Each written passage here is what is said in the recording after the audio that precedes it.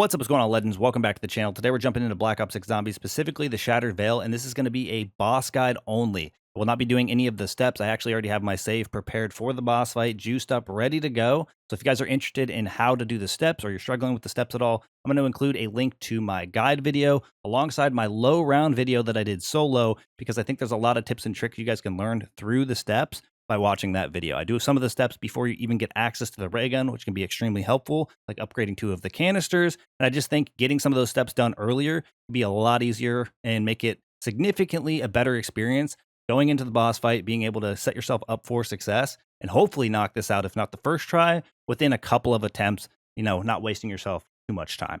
But before we jump into it, a couple things I'm going to mention. My favorite gun to do the actual Easter egg steps, because when you're doing these, you're not in a rush to get into the boss fight at the lowest round possible. You just want to get into the boss fight at a reasonable round, but also make sure you're fully prepared for it. So I personally use the ASG shotgun because I can get napalm burst. I can get all the seeds well before I even get access to the ray gun, and then kind of grab the canisters and be able to kind of get those upgrades done before round 10. So the ASG loadout real quick for those of you interested: Kepler Microflex, Suppressor, Ranger 4 Grip, Extended Mag 2, Quick Draw, Light Stock, Steady Aim Laser, and Dragon's Breath. The Dragon's Breath really helps make that napalm activation at least a little bit more frequent, or it seems so. Maybe that's just the fact that the shotgun has a lot less ammo. Now, a couple of important augments you need to make sure you have before heading into this Easter egg in general is going to be Parting Gift. The Vulture 8 ammo drops give you more ammo for your Wonder Weapon. This is going to be extremely important for the boss fight. It'll help you a lot, even though you can't eliminate zombies and enemies in the arena to generate essence.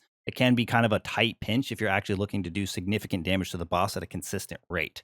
The other thing that is kind of important is going to be in regards to double tap. I personally think this is the absolute best option that you can have, especially because we are using the Ray Gun Mark II for this boss fight, and it's going to be double impact. Double hits on the same target in quick succession deal more damage. Now, I know for a majority of people, you're probably going to want to rely on Ether Shroud, giving you multiple charges to maybe get yourself safe in a position that maybe you're not during the boss fight. But I think the absolute best option, and it's definitely what the speedrunners are using to do damage more consistently at a faster rate, we're going to be using Frenzy Fire on the Frenzied Guard. It's going to allow us to use ammo from the stock, which is extremely powerful with double tap and the ray gun. And I'm, of course, going to rock Extension, allowing me to increase the Frenzied Guard duration, because that's just more damage that we're going to be able to do. If you guys aren't really comfortable with the Frenzied Guard option, I definitely say the Ether Shroud is a good option. And if you're in a group, obviously use Group Shroud. Otherwise, just use the one where you warp forward. And it's up to you whether you want more charges or a longer duration. Okay, now we're at the point we're ready to go into the boss fight. All we have to do is interact with this. But real quickly, I want to go over the things that are required before you head in. You're going to want Pack-a-Punch 2 or 3. If you're going in at an earlier round, you can get away with Pack 2. And you could probably go in before round like 23, 24. The perks that you absolutely are going to want to make sure you have are Jug, PhD, and Double Tap. Get those first, so that way if you end up going down, you don't lose any of those off the rip, and it'll give you a second chance to kind of survive while still maintaining the most important. Then obviously Quick Revive is going to be nice to have. Extra, but is super helpful, can be Stamina Up and Speed Cola. And then for the boss fight especially, Vulture is going to be good for the ammo pickup. I'm telling you to go in as prepared as possible. The only other thing you're going to want to make sure you get is a Chopper Gunner, because we're going to be using that for a whole pretty much phase of this fight, which is going to help you survive as long as you can get through the first 3. Now we're going to go ahead and head into this boss fight, and hopefully I'll be able to walk you guys to victory. Okay, and here we are. And I also have quite a bit of extra essence to work with for the ammo. Oh, watch out for that. You can try to slide whenever he leaps toward you. No guarantee you're going to actually be able to do anything about it, but here we go. To be able to cook this guy. You got to aim for his eyeballs, but you don't always get a good chance. Oh, that could have been good. I do want to shoot some of these zombies though, because I don't have a frenzied. Go ahead and run. Look at your mini-map too. Mini-map is extremely helpful, although it's against the classic zombie rules. You guys are here for surviving, not to make things harder for yourself. Oh, nice. Gonna put one on the side there. Beautiful. We're doing pretty good so far. Oh, I missed my chance to do big damage again. Hey, we're doing pretty good damage. Stay away. Whenever he eats the toxic zombies, then you're gonna want to shoot him on the sides. Try to get that extra big damage in. He keeps pushing towards you. Oh, I'm already low. I can get some ammo right here.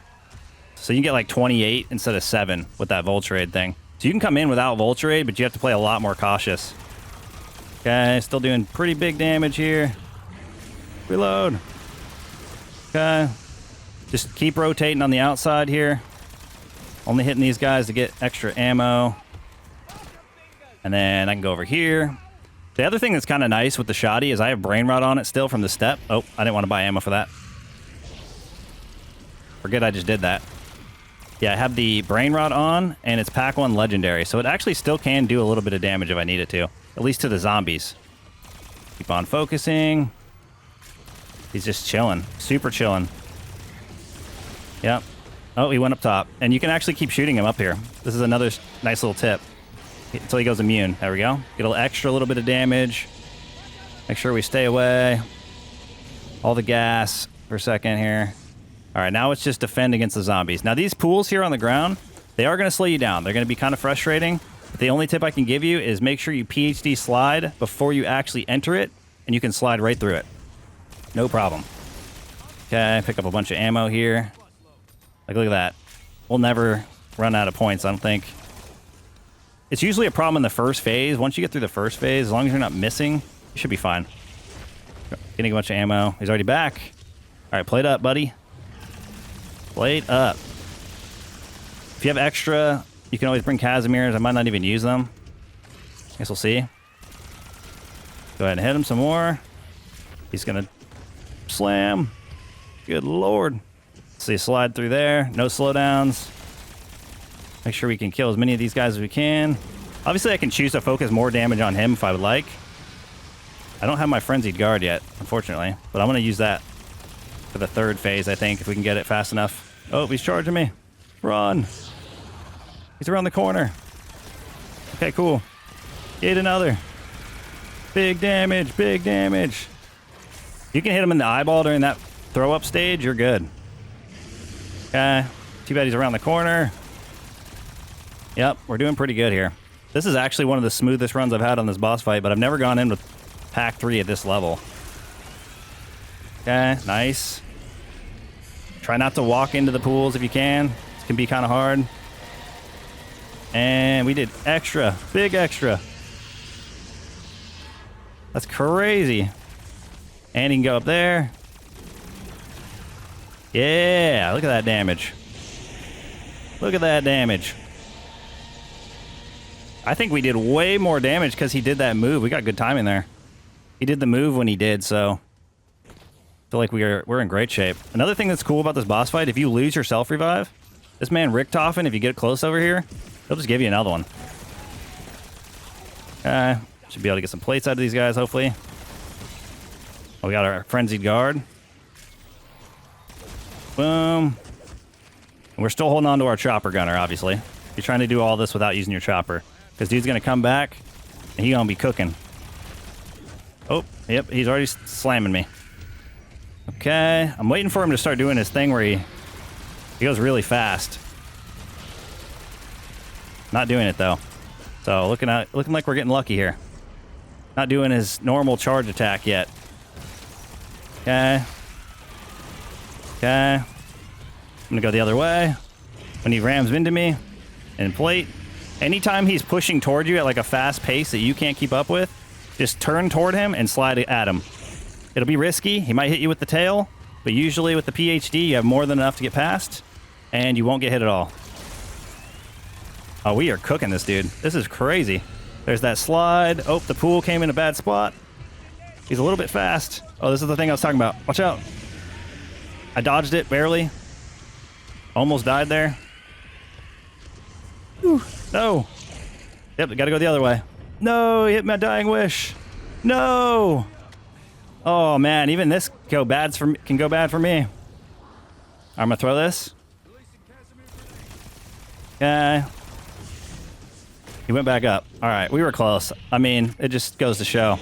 Oh, I'm glad I get to show why everything's important. All right. Now we just need to wait for him to come back.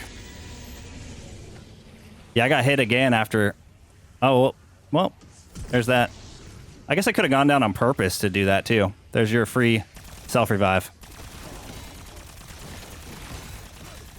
Okay, go ahead and scroll through that, or slide. Yep. Through all these guys. Still have plenty of ammo. Our dude's going to come back down any moment. Okay. Boom. Okay, he's going to come up from behind us.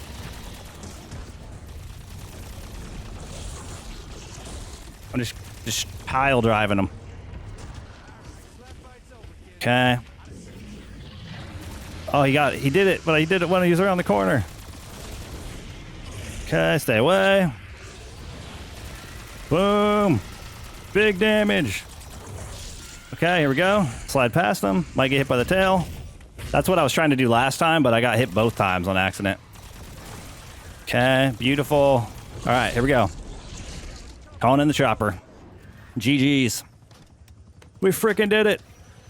And I'm glad this wasn't a perfect run, because I feel like it's a lot better for those of you trying to learn this, how to get yourself through this boss fight, if I can show you things going wrong, because more than likely you're going to face some obstacles in your runs as well. Okay? And this is why we have the chopper. You save it for the end. You can choose to pop it right off the rip of the fourth phase if you'd like, but I like to choose to do it when I don't have a self-revive available at all.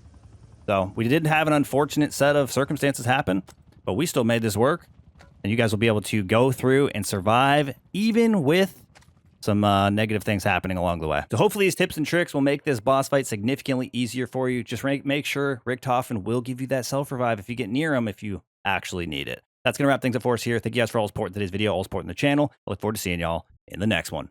Peace!